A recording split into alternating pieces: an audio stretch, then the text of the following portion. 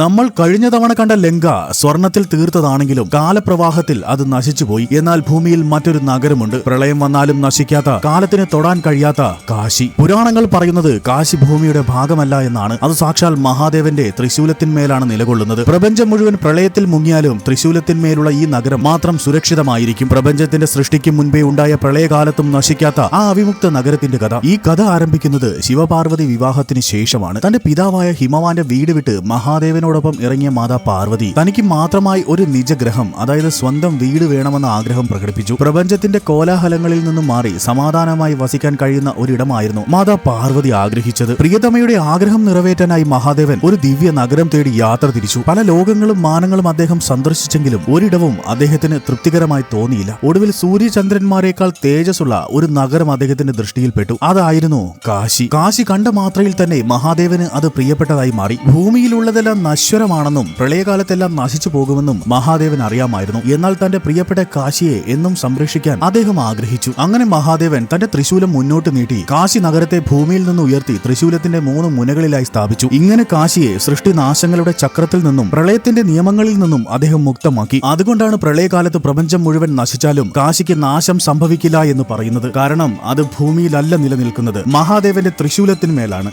മഹാദേവന്റെ നേരിട്ടുള്ള സംരക്ഷണത്തിലുള്ള ഈ നഗരത്തിൽ കർമ്മഫലങ്ങൾ പോലും അദ്ദേഹത്തിന്റെ ഇച്ഛയ്ക്ക് വിധേയമാണ്. കാശിയിൽ വെച്ച് ദേഹത്യാഗം ചെയ്യുന്ന ഏതൊരു ജീവിജാലങ്ങൾക്കും മോക്ഷം നിശ്ചയമാണ്. മരിക്കുന്ന സമയത്ത് മഹാദേവൻ തന്നെ ആ ജീവിയുടെ ചെവിയിൽ താരകമന്ത്രം ഓതിക്കൊടുക്കുകയും ജന്മമരണങ്ങളിൽ നിന്ന് അവരെ മുക്തനാക്കുകയും ചെയ്യുന്നു. കാശി നഗരം മനോഹരമായതുകൊണ്ടല്ല മഹാദേവന് പ്രിയപ്പെട്ടതാകുന്നത്, മറിച്ച് അത് അദ്ദേഹത്തിന്റെ വാക്കും വീടുമായതുകൊണ്ടാണ്. ഈശ്വരൻ തന്റെ ഭക്തർക്കും പ്രിയപ്പെട്ടവർക്കും വേണ്ടി എപ്പോഴും ഒരു അഭയസ്ഥാനം ഒരുക്കുന്നു എന്നതാണ് ഈ കഥയുടെ സാരം. കാശി എന്ന നഗരം ത്രിശൂലത്തിന്മേൽ ഉയർത്തിപ്പിടിച്ചിരിക്കുന്നത് പോലെ നാം ദൈവത്തിൽ വിശ്വസിച്ചാൽ ജീവിതത്തിലെ പ്രതിസന്ധികളാകുന്ന പ്രളയങ്ങളിൽ നിന്നും നമ്മയെയും സംരക്ഷിക്കും. കൂടാതെ എത്ര വലിയ തെറ്റുകൾ ചെയ്തവരായാലും അവസാനം ഭഗവാന്റെ ചരണങ്ങളിൽ എത്തിയാൽ അവർക്ക് മോക്ഷം നൽകുന്ന കാരുണ്യത്തിന്റെ കടലാണ് മഹാദേവനെന്നും ഈ കഥ നമ്മെ ഓർമ്മിപ്പിക്കുന്നു. ചുരുക്കത്തിൽ ദൈവത്തോടുള്ള സ്നേഹവും സമർപ്പണവുമാണ് ജീവിതത്തിലെ ഏറ്റവും വലിയ സമ്പാദ്യം. മഹാദേവന്റെയും കാശിയുടെയും ഈ കഥ നിങ്ങൾക്ക് ഇഷ്ടമായാൽ ലൈക്ക് ആൻഡ് സബ്സ്ക്രൈബ് ചെയ്യൂ.